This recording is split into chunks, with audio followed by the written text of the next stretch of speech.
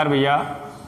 हम आनुवंशिकी पार्ट 3 कक्षा 10 का पार्ट 3 आनुवंशिकी का अध्ययन कर रहे हैं, जिनमें हमने मेंडल के बारे में हमने पढ़ा।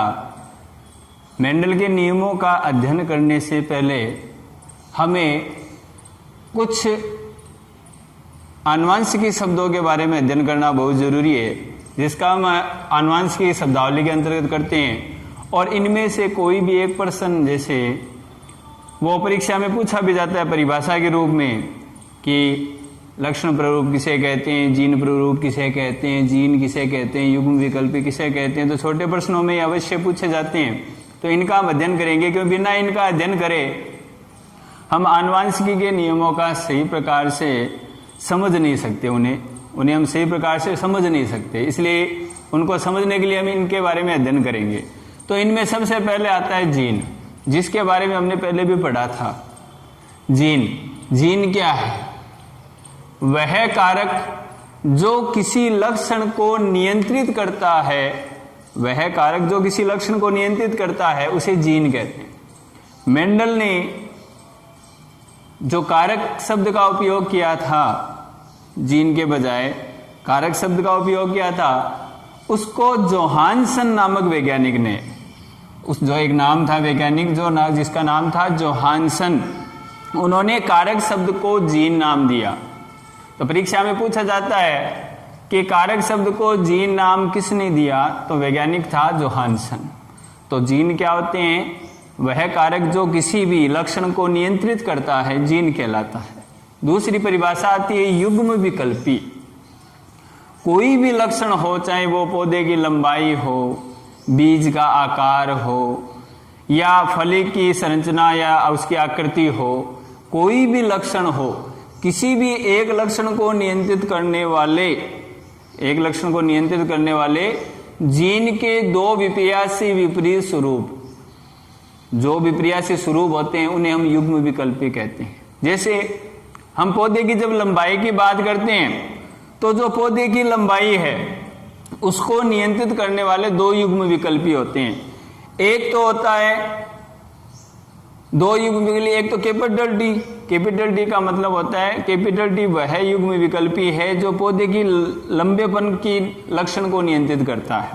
दूसरा होता है स्मॉल टी, जो पौधे के बोनेपन के लक्षण को नियंत्रित करता है। अब जब मान लीजिए दोनों जब युग्म विकल्पी होते हैं, उसमें दोनों मान लीजिए कि कैपिटल टी आ गए, तो इसका मतलब हो गया कि ये जो पौधा है वो लंबा है और समयुग्मजी लंबा है। समयुग्मजी अभी आगे पढ़ेंगे। समयुग्मजी मतलब तो दोनों युग्म विकल्पी एक समान होते हैं, ये दोनों कैपिटल है, तो ये समयुग्मजी लंबा है, या इसको शुद्ध लंबा बोलते हैं। अब यदि एक युग्म विकल्पी कैपिटल टी, एक युग्म विकल्पी स्मॉल टी आ गया, तो ये विषम युग्मजी कहलाते हैं। क्यों? क्योंकि इसमें एक युग्म विकल्पी कैपिटल है, एक स्मॉल है, तो इसको बोलते हैं विषम युग्मजी। तो कहने मतलब एक लक्षण को निर्धारित करने के लिए दो युग्म विकल्पी की आवश्यकता होती है। वो दोनों समान भी हो सकते हैं, एक प्रभावी लक्षण वाला, एक अप्रभावी लक्षण वाला, या दोनों असमान हो सकते हैं, या ऐसे भी हो सकता है कि दोनों स्मॉल टी हो, तो इनको बोलेंगे समयुग्मजी बोना। तो कहने का मतलब ये है कि एक लक्षण को निर्धारण करने के लिए दो विपर्यासी स्वरूप जो होते हैं उनको हम युग्म विकल्पी कहते हैं। तो युग्म विकल्पी दो हो गए, जैसे एक ये कैपिटल टी और एक स्मॉल टी। अब पौधे में कौन से हैं वो अलग बात है, वो आगे जब हम नियमों के बारे में पढ़ेंगे तब पढ़ेंगे। तो युग्म किसी भी एक लक्षण को नियंत्रित करने वाले जीन के दो विपर्यासी स्वरूपों को युग्म विकल्पी कहते हैं। जैसे पौधे की लंबाई को नियंत्रित करने वाले जीन के दो युग्म विकल्पी, एक कैपिटल डी जिसको ये लंबेपन के लक्षण को निर्धारण करता है, और स्मॉल टी ये बोनेपन के लक्षण का निर्धारण करता है। अब है समयुग्मजी, जो मैंने अभी आपको बताया कि समयुग्मजी जब दो किसी भी लक्षण को नियंत्रित करने वाले दोनों युग्म विकल्पी एक समान हो, तो उन्हें हम समयुग्मजी कहते हैं। जब किसी लक्षण को नियंत्रित करने वाले जीन के दो युग्म विकल्पी एक समान हो, तो उन्हें हम समयुग्मजी कहते हैं। जैसे दोनों कैपिटल टी हो या दोनों स्मॉल टी हो, दोनों समान होने चाहिए, तो जब दोनों युग्म विकल्पी समान होंगे तो उसे हम क्या बोलेंगे, समयुग्मजी, जैसे मैंने अभी आपको यहाँ पे बताया था।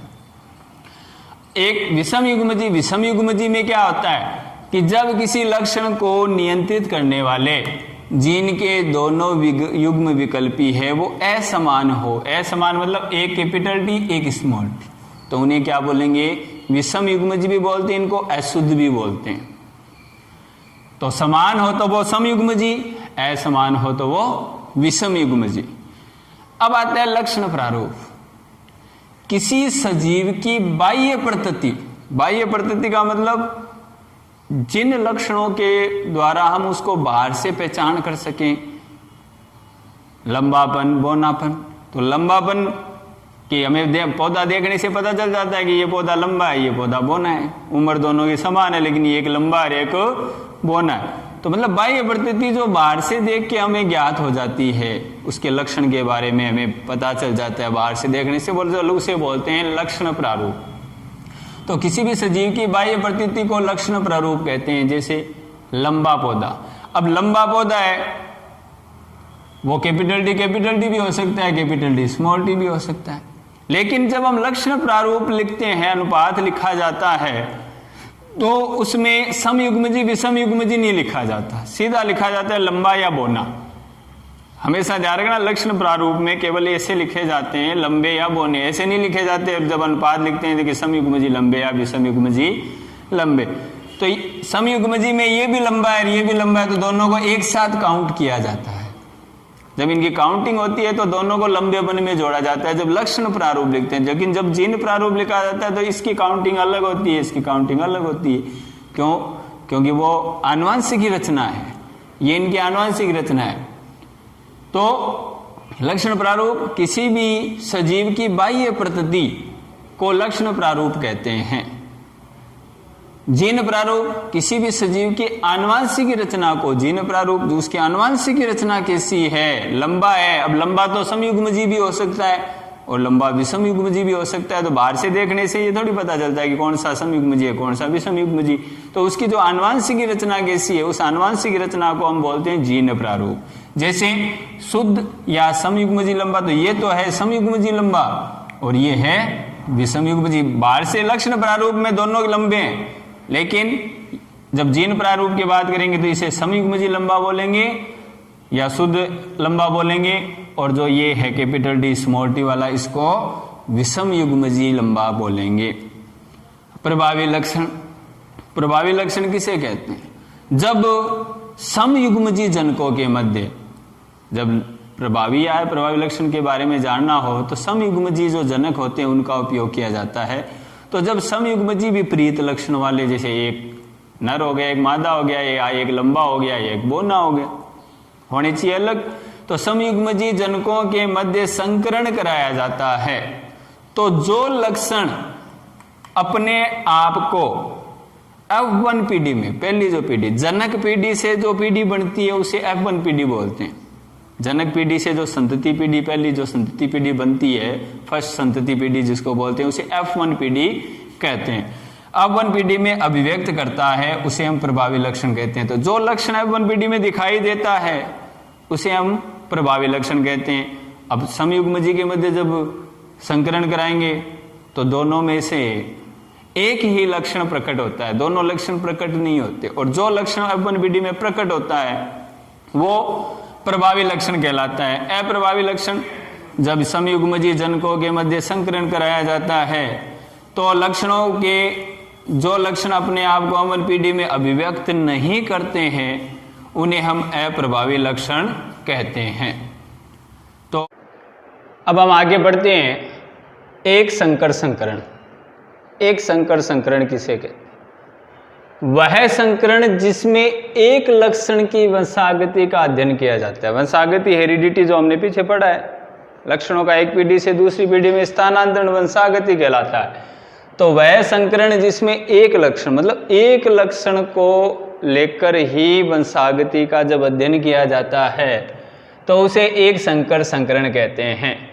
जैसे हमने एक लक्षण ले लिया पौधे की लंबाई, और उस पौधे की लंबाई के एक लक्षण को, विकल्प दो होते हैं, हमने अभी पढ़ा युग्म विकल्पी दो होते हैं, एक लंबा एक बौना, लेकिन लक्षण हमने केवल एक ही लिया है, पौधे की लंबाई।